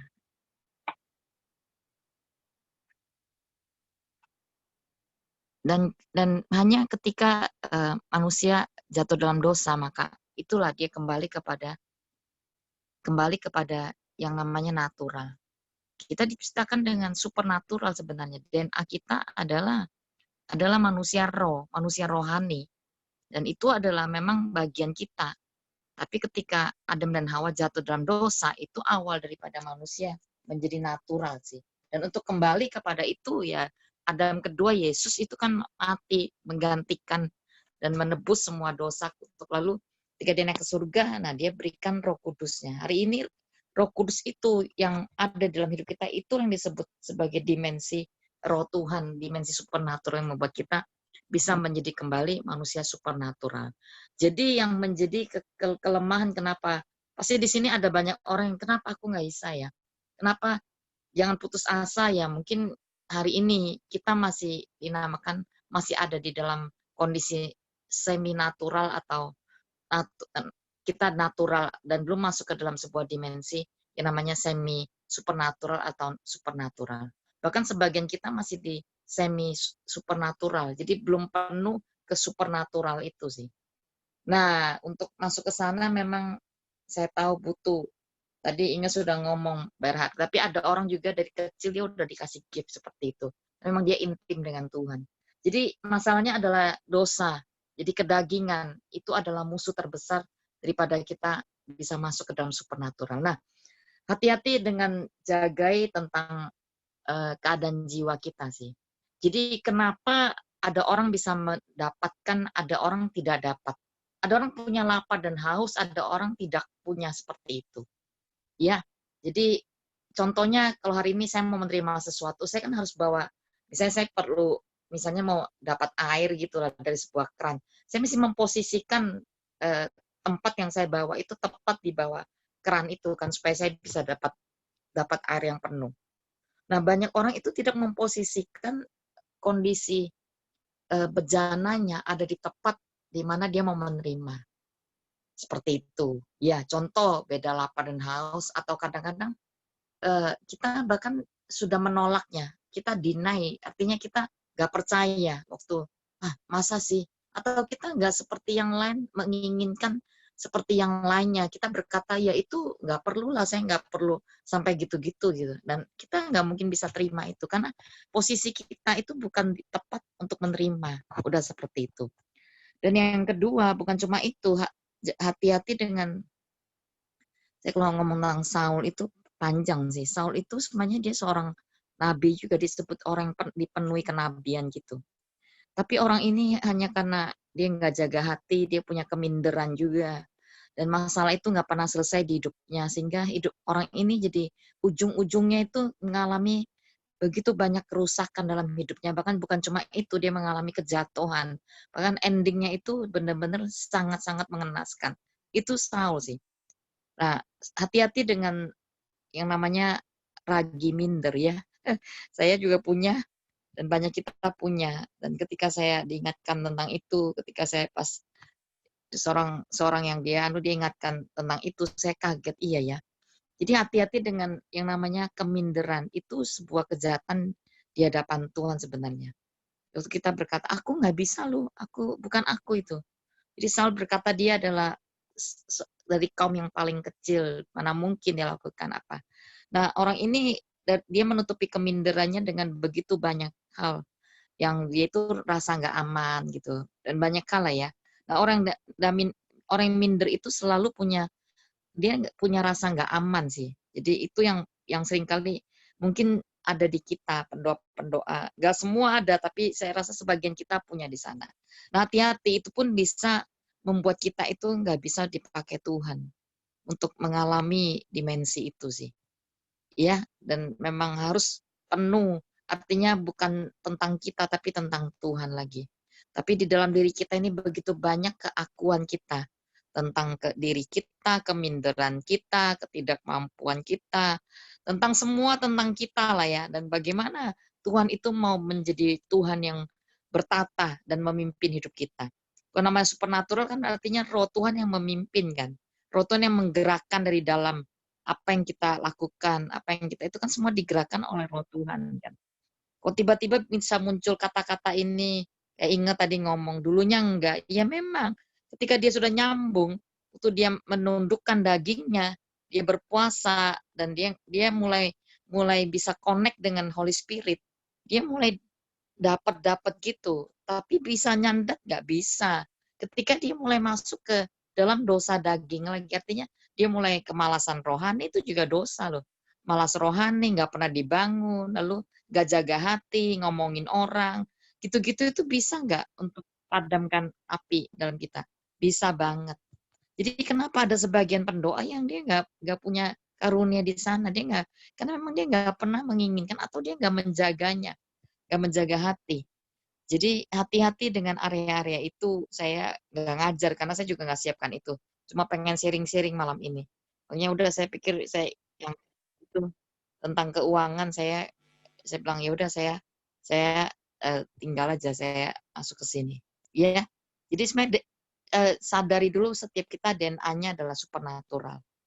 Tapi karena manusia dalam dosa, makanya itu yang perlu kadang-kadang kita perlu membereskan untuk kita bisa kembali di sana. Nah, dosa itu kan tidak melulu tentang perbuatan, tapi bisa juga tentang sikap hati yang salah. Itu juga bisa bicara hal-hal yang itu bisa membuat penghalang-penghalang untuk kita mengalami itu sih. Ya, itu aja yang saya mau sampaikan. Terus bertumbuh, terus jangan kejar karunia sekali lagi, tapi kejar Tuhan yang memberikan kepada kita. Mungkin Jenny ada di sini mau sampaikan sesuatu nggak, Jen? Jenny ini luar biasa dipakai Tuhan sih. Ya, ayo Jen. Dia punya banyak pengalaman. Shalom teman-teman semuanya. Malam hari ini saya nggak tahu tiba-tiba pengen aja rindu untuk ikut CT ini. Di fasilitator kita sudah bulan lalu kita CT. Dan kita lebih banyak bahas gambaran mental waktu itu. Jadi nanti saya yakin malam hari ini ketika kita berdoa, Tuhan tuh pasti akan kasih banyak gambaran mental buat setiap kita ya, seperti yang tadi kita sudah bahas. Tapi saya mau cerita suatu hal yang unik ketika satu hari sebelum CT, saya ingat di bulan lalu, tiba-tiba Tuhan tuh kasih saya mimpi yang unik. Saya sering mimpi sebagai salah satu perpanjangan tangan Tuhan untuk ngomong pada saya secara pribadi maupun kepada orang di sekeliling saya. Hari itu saya mimpinya tuh lucu. Saya tuh mimpi saya ada di pesta, teman kerja saya, tapi dia sudah move ke another bank. Dia lagi pestanya ada Chinese gitu loh, kayak pesta pernikahan, tapi bukan pesta pernikahan. Jadi ada namanya dia sama nama suaminya. Dia udah menikah dan udah punya anak. Terus ya terkadang kita kalau dapat mimpi itu kan nggak selalu kita ingat ya ketika kita bangun, karena kita bangun tuh sudah mungkin mepet dengan jam saya beraktivitas dan sebagainya, akhirnya lupa. Terus tiba-tiba siang itu teman saya itu yang saya sudah lama nggak kontak dia karena pandemi ini, jadi kita sudah jarang untuk lunch bareng. Dia WA saya, Jen lunch yuk hari ini. Terus saya bilang, loh Cek, tadi malam aku mimpi tentang kamu. Saya bilang seperti itu. Terus tapi beberapa bulan ketika awal-awal ada doa saat teduhnya Pastor Philip, saya tuh sering kirim ke dia. Terus dia tuh jawab, Jen, aku nih Katolik. Jadi artinya kan dia reject ya, dia nggak mau. Ya oke lah. Tapi saya tuh rindu setiap teman-teman saya itu mengalami Tuhan, apalagi di masa-masa pandemi ini nggak mudah gitu loh bagi kita. Even kita ini seorang karyawan. Nah, terus singkat cerita, terus saya bilang, saya mimpi gini. Loh Jen, kamu kok bisa tahu? Aku nih lagi tukaran besar sama suamiku, dia bilang seperti itu. Dan kita udah nggak ngomong 2 harian. Terus saya bilang, oh berarti saya tahu arti mimpi itu. Jadi kayak secara langsung Tuhan kasih arti mimpi itu. Padahal saya sedang memikir-mikirkan, saya sedang tidak meraba-raba, tapi detik itu Tuhan langsung kasih arti mimpi. Artinya cepat berbaikan sama suamimu. Saya sudah nggak tanya tentang apa dan lain sebagainya, karena dia secara usia juga jauh, usianya di atas saya. Tapi saya tahu ini adalah salah satu pintu untuk saya tuh masuk sekali lagi untuk ngajak dia. Ya bukan berarti mau mengkristenan dia, tapi saya tahu tujuannya Tuhan kasih mimpi ke saya itu ujungnya kepada jiwa-jiwa, tujuannya kepada kasih. Karena di 1 Korintus 14 ayat 1 kan dikatakan kejarlah kasih dan usahakanlah kita memiliki karunia-karunia. Jadi yang utama itu adalah kasih. Ujung-ujungnya adalah untuk pekerjaan Tuhan. Ujung-ujungnya adalah untuk mempermuliakan nama Tuhan. Fokusnya bukan kepada siapa yang mendapatkan mimpi itu tepat enggak tepat. Ya, tapi fokusnya kepada Tuhan. Dan hari itu saya bilang, Tuhan tuh nyata, Tuhan tuh sayang baik kamu. Maka dari itu ayo berbaik kok sama suamimu. Dan dia tuh sampai bilang, wih kok maksudnya nggak pernah terpikirkan di dalam pikirannya dia. Dan yang luar biasanya tadi kan saya bilang pestanya tuh ada Chinese, dia tuh orangnya Western Pol. Jadi kalau saya ajak dia makan Indonesian atau kalau kita langsung ngajak makan Indonesian atau makan Chinese, dia selalu menolak, maunya tuh makanan Western yang kelasnya Western. Kalau jalan-jalan tuh maunya ke negara-negara yang Western kayak gitu. Dan saya tahu itu artinya Tuhan tuh mau bekerja yang di luar daripada pikirannya dia, di luar daripada kebiasaannya dia. Dan dan kemudian beberapa hari kemudian saya tanya gimana? Yo wes baikan sama suamiku. Thank you ya Jen ya. Dan saya akan terus memepet dia untuk setidaknya minimal ikut join saat teduh. Bukan untuk menyeret dia apa dan sebagainya. Tapi saya ingin salah satu kerinduan saya ingin kalau saya ada di bidang marketplace ya, saya ada sebagai seorang banker, saya itu ingin teman-teman saya itu juga mengalami Tuhan seperti saya alami. Jadi ini hari-hari ini bulan-bulan kita CT ini sangat menggairahkan, baik juga di tim kita di menara-menara itu mereka banyak dapat gambaran mental. Bahkan di CT terakhir itu ketika kita berdoa saya kan dapat gambaran warna-warni. Hari itu saya nggak tahu apa artinya warna-warni. Saya bilang sama teman-teman di CT, saya mau berdoa sekali lagi sama Tuhan. Apa sih artinya gambaran tuh warna-warni, warna pastel yang bagus gitu kan ya. Saya nggak ngerti. Saya juga nggak mau asal mentafsirkan. Tiba-tiba Anda tahu belum selesai CT, belum ada 5 menit ya, tiba-tiba ada satu orang WA saya, bahkan nomornya itu nggak saya save di handphone saya. Dia bilang, saya tahu gambaran warna-warni itu adalah janji Tuhan. Kalau pandemi ini akan segera selesai, itu ada satu harapan. Ini loh ayatnya tentang busur, di mana itu adalah perjanjian Tuhan dengan Nuh, tidak akan terjadi lagi. Wow, saya bilang, wow luar biasa ya, kita baru aja CT, langsung tuh diaktifkan. Jadi hari ini kalau kita masing-masing di tempat ini memiliki kerinduan, CT ini bukan cuma sekedar meeting online, tapi ada satu impartasi kerinduan yang kita tangkap malam hari ini. Itu akan bergerak dengan begitu menggairahkan dan membuat kehidupan kekristenan kita itu enggak hanya stagnasi, meskipun kita ini nggak bisa bergereja, ya kan. Kemarin hari Senin, beberapa dari kita diajak sama Jenny ikut live itu, saya secara pribadi itu semua nengpol, akhirnya masuk ke gereja lagi, akhirnya bisa worship, loncat-loncat secara offline. Ya meskipun kita nggak bisa bekerja itu nggak jadi alasan untuk kita nggak bertumbuh. Ayo kita bear more fruit, ayo kita menghasilkan lebih banyak buah di musim ini, karena kita tahu setelah musim ini ada sesuatu hal yang besar yang sedang menanti kita. Itu aja Jenny. Thank you buat waktunya.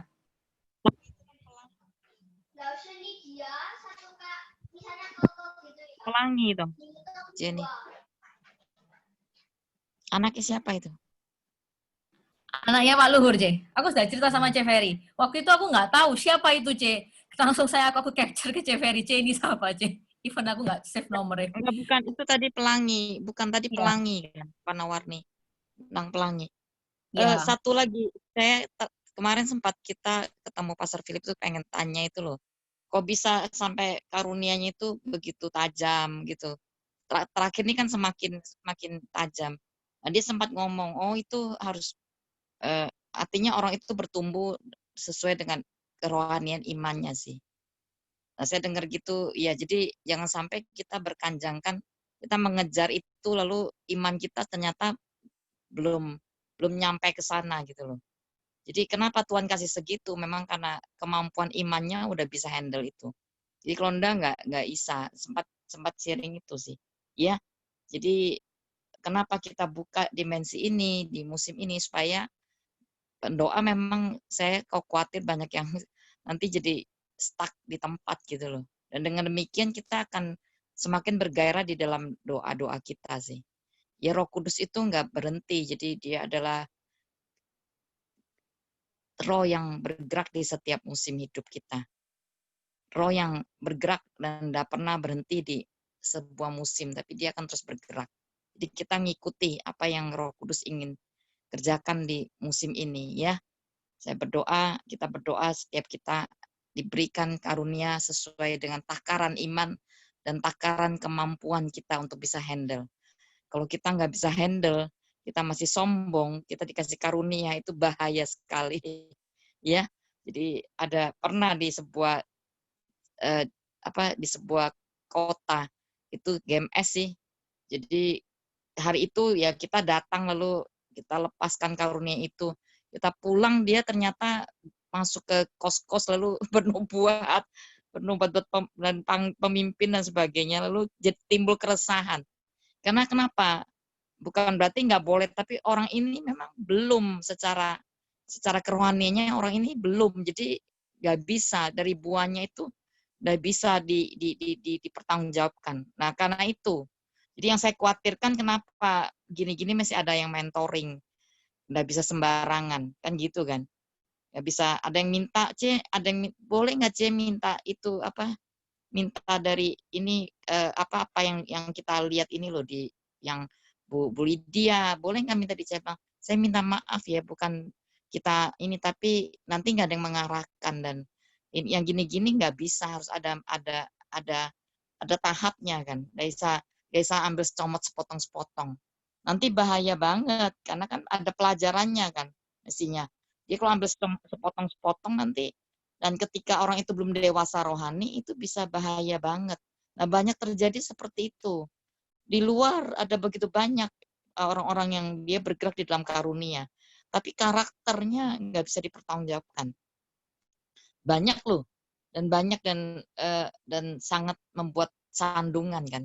Jadi bahkan banyak orang itu ketakutan tentang karunia hari-hari yang sempat kayak orang berkata lah punya karunia tapi kok seperti ini apa. Nah tapi kan kita nggak mau sampai itu membuat kita takut lalu kita nggak beroperasi di dalam karunia Roh Kudus. Kita juga nggak mau kan. Tapi saya mau garis bawah bahwa Tuhan itu memberikan kepada kita sesuai dengan takaran iman, sesuai dengan takaran kedewasaan rohani kita. Jadi memang orang itu belum mampu handle yang ya dia nggak akan diberikan seperti itu sih. Kadang orang Tuhan lihat orang ini memang ya udah tahan dulu. Kalau enggak bisa jatuh dalam dosa kesombongan kah, bisa menghakimi orang kah, gitu-gitu kan. Karena dia sendiri belum siap secara karakter. Yang paling bahaya adalah menghakimi orang. Nah, itu yang paling harus dijaga sih. Nah, kadang-kadang orang yang dia punya ketulusan justru karena motivasinya itu benar. Bahkan kita jangan terlalu mengekspos lah ya, nah kita itu punya karunia, lalu kita berbangga dengan itu sih. Ya, sangat hati-hati karena itu area-area yang sangat sensitif dan jangan sampai kita mencuri kemuliaan Tuhan.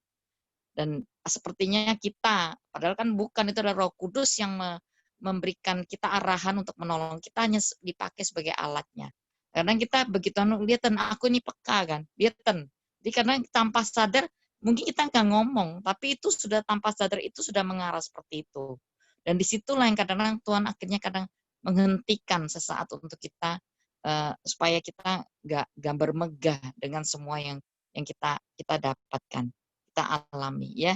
Itu aja malam ini, kita doa yuk untuk supaya, dan tadi gambaran mental apapun lah ya, tadi memang benar sih kata Inge tadi ngomong, sesuai dengan ada orang yang memang dia nggak visual, ya nggak dikasih penglihatan, tapi kita bisa minta, memang kita bisa minta. Nah lebih banyak saya lebih ke ini sih, dapat tentang kayak marifat gitu. Jadi tiba-tiba muncul satu kata atau muncul dalam pikiran saya apa yang nggak saya pikirkan. Yaitu seperti itu sih. Gambaran mental ya waktu kita datang doa di itu sih di gereja, pas saya undang leader-leader yang kumpul 20 orang kan. Nah di setiap bangku yang ada manusianya itu saya lihat ada api. Jadi lidah-lidah api. Apakah penglihatan visual? Enggak, tapi itu muncul tiba-tiba di pikiran saya. Nah itu gambaran mental. Jadi tiba saya lihat 20 kursi itu ada Roh Kudusnya, lidah-lidah api. Yang enggak ada manusianya, enggak ada apinya. Seperti itu, enggak ada. Atau tiba Tuhan kasih saya impresi bahwa iya memang ketika orang itu dia hadir dan dia menginginkan aku, maka mereka enggak datang dengan percuma. Aku berikan kuasa kepada mereka. Jadi hari itu Tuhan kasih pernyataan itu yang tidak kita sangka-sangka, yang cuma kita sekian lama kan nggak pernah kumpul doa, cuma datang ya pengen mempersiapkan ibadah sebenarnya hari itu. Tapi Tuhan kasih lidah-lidah api kembali hari itu. Nah itu saya dapatkan di pikiran mental, bukan visual ya. Kalau visual saya memang bukan orang tipe gitu sih, kepengen dapat sih, ya. Jadi jangan cari 1-2 yang dianu, tapi Tuhan bisa kasih dengan berbagai cara. Kadang Tuhan kasih mimpi, kadang Tuhan bisa kasih kata-kata, Tuhan bisa kasih angka, Tuhan bisa kasih warna gitu ya. Kalau angka, saya kadang-kadang muncul angka 3, angka 7, angka berapa gitu, apa ya gitu. Jadi kadang bisa gitu, ya. Jadi apa aja lah, atau mungkin benda atau apa, tapi kita belajar, makanya itu semua berdasarkan ini perkembangan daripada kerohanian kita. Kadang-kadang kita bisa dapat, dan kalau firman kita bisa kuat, maka di sana kita akan nyambung sih. Contoh, tiba-tiba kita, oh iya ya pernah ada siapa, Yeremia punya penglihatan ini ya, tentang benda ini, dan sebagainya. Itu lebih kuat sih.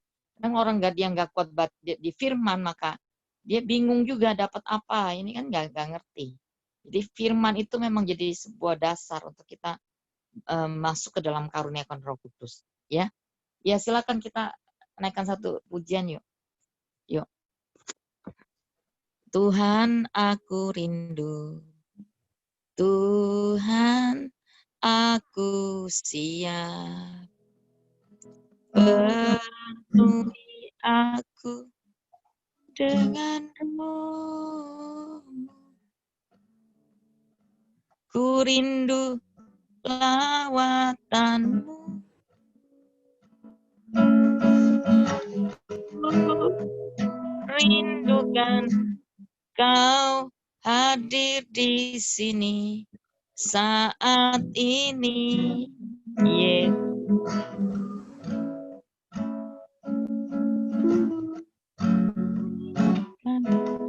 Roh-Mu mengurapi saat ini, Tuhan.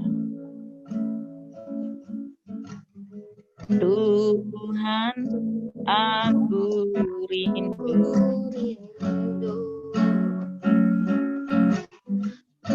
Tuhan, aku siap.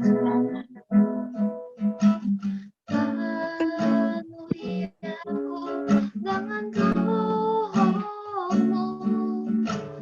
Ku rindu lawatan-Mu. Ku rindukan Kau hadir di sini saat ini, Yesus. Ku rindukan Roh-Mu mengurapi saat ini, Tuhan. Tuhan, ku rindukan. Ku rindukan Kau hadir di sini saat ini, Yesus. Ku rindukan Roh-Mu mengurapi saat ini, Tuhan. Saat ini Tuhan, Saat ini Tuhan, saat ini Tuhan, saat ini Tuhan. Konaramaya syakanaramaya syakanaramaya Konaramaya syakanaramaya syakanaramaya Konaramaya syakanaramaya si Konaramaya syakanaramaya syakanaramaya syakanaramaya Konaramaya syakanaramaya syakanaramaya syakanaramaya sikinaramaya Konaramaya syakanaramaya syakanaramaya syakanaramaya syakanaramaya. Tuhan, hamba berdoa buat orang-orang yang sudah berkarunia, biar Engkau memberikan kami hati yang tulus, hati yang terus ingin belajar, gak berhenti untuk puas di tempat ya Tuhan. Kami mau terus Engkau tambahkan semua karunia-Mu ya Tuhan. Dan sesuai dengan takaran iman kami. Kami nggak akan menuntut terlalu banyak, tapi sesuai dengan takaran kedewasaan rohani, takaran iman kami akan memperoleh itu ya Tuhan. Jadi kami nggak mengejar-ngejar karunia untuk mengupayakannya tapi kami mau Engkau pakai ya Tuhan, pakai kami supaya hidup kami jadi berkat, jadi jawaban bagi banyak orang ya Tuhan. Dan kami jadi alat-Mu menyampaikan kata-kata, menyampaikan isi hati-Mu, menyampaikan firman-Mu ya Tuhan. Supaya banyak orang ditolong hidupnya, dipulihkan, disembuhkan, dibangkitkan di musim ini ya Tuhan. Bagi kami yang belum mempunyai karunia, kami mungkin mengalami stagnasi. Tuhan berkata, mintalah maka kamu dia akan diberi. Cari kamu akan dapat, ketuk pintu akan diberikan kepadamu. Tuhan memberikan kita arahan bahwa Gak berhenti ketika kita meminta, kita masih mencari Tuhan, mungkin kita masih mengetuk. Itu sebuah konsistensi, sebuah desire yang terus menerus, gak berhenti di meminta. Waktu meminta nggak dapat, akhirnya kita mencari apa? Mencari wajah Tuhan. Itu sebuah keintiman, dan waktu kita lakukan terus, maka kita akan menjadi orang yang menggedor. Artinya kita nggak pernah puas dengan apa yang ada, dan terus mengetuk pintu kasih karunia Tuhan, mengetuk pintu Tuhan, mengetuk supaya kita mendapatkan jawaban-jawaban doa, jawaban-jawaban apa yang kita sedang pergumulkan. Bahkan itu sebuah seperti berkesinambungan. Jadi konsistensi yang berkesinambungan, minta, cari, ketuk. Jangan berhenti di minta, tapi cari, ketuk terus menerus. Itu sebuah konsistensi, sebuah disiplin rohani yang terus menerus kita adakan. Mintalah, carilah, maka akan mendapatkan. Kamu mengetuk, pintu akan dibuka pagi. Percaya hari ini, Tuhan, kami meminta karunia kepadamu. Kami mencarimu ya Tuhan hari ini lebih daripada orang-orang sebagian orang yang ada.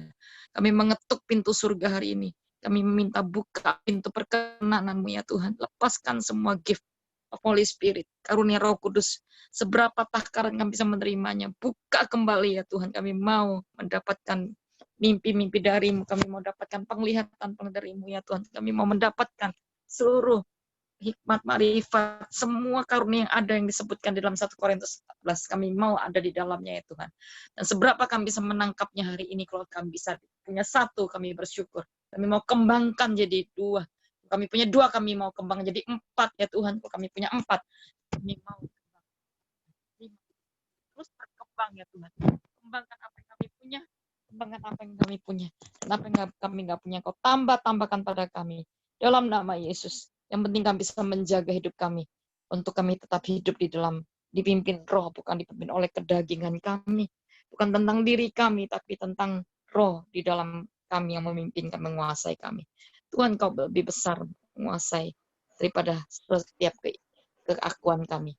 Pada siapa kami ya Tuhan. Kami takluk kepadamu ya Tuhan. Ini Veronica bukan apa-apa. Hambanya hamba. Kami semua hamba ya Tuhan. Kami hanya hamba. Kami gak mau curi kemuliaan-Mu ya Tuhan. Kami gak mau ambil sesuatu apapun. Kami minta supaya kami gak menjadi pencuri tahta, tapi kami menjadi orang-orang yang mengembalikan segala kemuliaan hanya bagi Engkau ya Bapa. Kami mau Tuhan terus apapun yang kami lakukan, kami berkata, Tuhan di atas segala sesuatu. Tuhan yang memberikan. Tuhan yang memberikan. Tuhanlah segalanya. Tuhan yang memberikan aku. Dan Tuhan yang akan menerima segala kemuliaan. Terima kasih ya Bapak. Minta sejak hari ini semakin terbuka dimensi-dimensi yang sedang kami tadi perbincangkan ya Tuhan.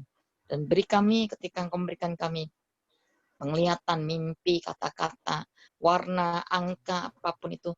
Tuhan beri kami karunia bisa menafsirkan juga. Roh Kudus Engkau ajari kami bagaimana kami dapat menafsirkan semua yang kami dapat ya Tuhan. Dan biar firman-Mu jadi peneguhan. Bukan dari setiap hal yang kami sedang alami, dari pemimpin, dari setiap kali kami bangun, kami bekerja, tiba-tiba itu menjadi sebuah peneguhan buat kami. Ada kata-kata, ada mungkin yang kami lihat, apa yang kami dengar, tiba-tiba berbicara kepada kami untuk meneguhkan kami. Terjadilah di dalam nama Yesus, aku berkati nama demi nama dari tim yang ada, pemimpin-pemimpin yang ada, baik itu setiap anggota menara, juga koleder yang ada, Tuhan, tingkatkan kami, bahwa kami meningkat di dalam semua kasih karunia dan favor yang sudah Engkau siapkan bagi kami, Tuhan. Dan hari ini semua beban berat kami serahkan padamu, pergumulan apapun, sebagian kami mungkin masih bergumul tentang keluarga, tentang pekerjaan, tentang masalah hubungan, tentang masalah finansial, tentang masalah apapun ya Tuhan. Tentang sakit penyakit, mungkin Tuhan hari ini kami menyerahkan segala sesuatu kepadamu, Engkau tolong apa yang bahkan kami nggak minta. Kami minta Tuhan, Engkau jamah, sembuhkan yang sakit, lepaskan yang terikat ya Tuhan. Bahkan kalau ada orang yang sukar untuk mengalami tidur nyenyak malam hari, kami minta Kau beri kami tidur nyenyak pada malam hari ya Tuhan. Karena itulah nikmat yang Kau berikan bagi kami. Bukan cuma itu di dalam masalah keuangan, masalah pekerjaan, masalah hari ini hubungan keluarga, kalau ada yang masih Kami konflik ya Tuhan, kami minta pulihkan ya Tuhan. Pulihkan. Dan masalah keuangan juga kami nggak perlu kejar itu, karena uang itu jadi musuhmu Tuhan. Mamon, cintakan uang itu menjadi musuh daripada Tuhan. Jadi ajar kami punya hati yang terus menginginkan Engkau, sekalipun kami butuh yang namanya keuangan, tapi kami mau Tuhan hati kami melekat kepadamu. Bukan apa yang Kau berikan itu yang kami melekat, tapi kami melekat kepadamu ya Tuhan. Melekat kepada semua yang apa yang jadi visi misi kerajaan surga. Terima kasih Bapa, damai sejahtera, kekuatan, sukacitamu mengalir atas setiap kami. Di dalam nama Yesus, kami sudah berdoa dan mengucap syukur. Amin. Amin. Thank you, C. Ayo kita foto dulu ya, Bill. Yang ini bisa buka videonya ya, kita foto. Ada 3 Kalau layar. bukan video. 4 screen. Oh, 4 screen ya. Oke. 4 kali berarti ya. Oke.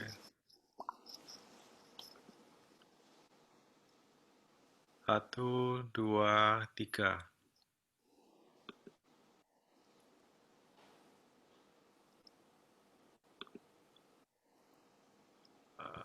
Screen kedua. Satu, dua, tiga. Screen ketiga. Satu, Saya nggak gerak-gerak hebat ya. tiga. Hebat loh, saya nggak gerak-gerak loh. Keren, C. Satu, dua, tiga. Oke, Sudah ya? udah. Oke. Thank you ya semua. Kamu ditunggu di CT, Bill. Hah? Makasih, Jenny. Makasih. Oke, thank you semuanya. Makasih Thank you semuanya. God bless. Thank you semuanya. Jenny. Yes. Thank you ya semuanya.